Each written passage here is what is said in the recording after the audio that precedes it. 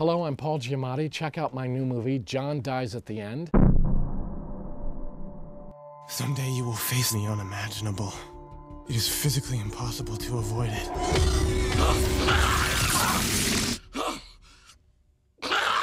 Spooky stuff. John Dies at the End. Watch it now on iTunes before it's in theaters, January 25th. You got my attention, Mr. Wong. The whole reason I wanted to do a movie like this was I wanted to have one of those, like, moments of, like, you know, one of those things with the monster. Answer me! What? Well, John Dies at the End is the first film ever decided by a robot. True story. I got an email from a robot at Amazon.com because I'd been reading some zombie fiction books, and it said to me, if you like that zombie fiction, you're going to love John Dies at the End. It talked about this drug that allows users to go between dimensions, about a talking dog, monster made out of freezer meats, and it had me hooked. See it with your own eyes. Do you understand? Because I just thought it was a crazy great script. I started reading the script and I knew that Don had done Bubba Ho-tep, and I love Bubba Ho-tep, so I knew it was going to be good. This black stuff, this sauce. You can see things you shouldn't be able to. Yeah, soy sauce. It's pretty cool.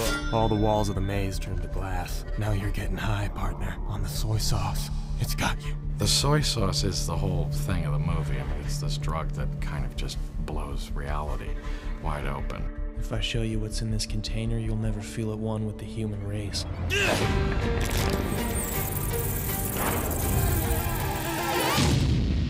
In the story, there's this street drug called soy sauce, and it allows users to drift between dimensions. You know, I think you're gonna be getting phone calls from me for like the next 8 or 9 years, all from tonight. Couldn't help it. I couldn't get oriented. It was like I kept slipping out of the time. We have our two slacker heroes, Dave and John, We must be in an alternate universe of some kind. who suddenly find themselves taking the drug, and maybe not willingly, and they're able to see things and understand and comprehend about this overarching evil.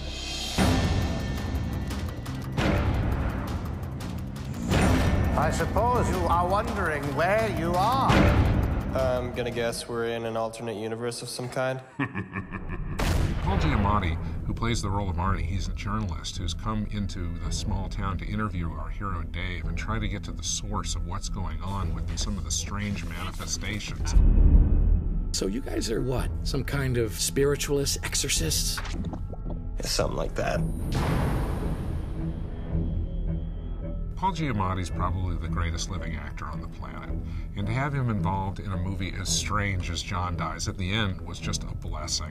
What the hell, Mr. Wong? Say we just go public with it. It hit his sensibility. He got the sense of humor. He got the sense of strangeness. I think he told me when he gave me the script who he was thinking of me for. I think I had a moment of sort of wishing I could be Clancy's character. But I really wasn't right for it. So, you know, I was playing the right character.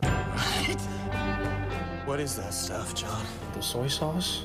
That stuff. I'm remembering things that haven't happened yet. We were chosen by the soy sauce.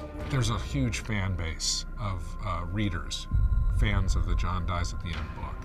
And I was always very sensitive to their desires because I really wanted to make something that they could enjoy and not remove anything that they loved. It'd be opening doors to other worlds, man. So I made a conscious effort to go through while we were writing the screenplay to really try to keep in all of the things that made the book wonderful.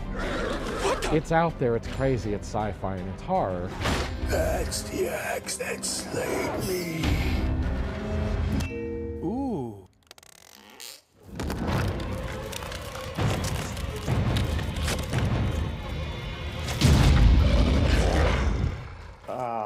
We showed it at Sundance, we showed it at Toronto, at South by Southwest, and a lot of the John Dies at the End book fans were out there, and thank God they liked the movie. Suppose you're wondering why I'm here.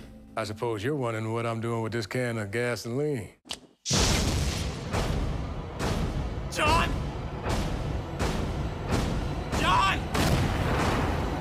John!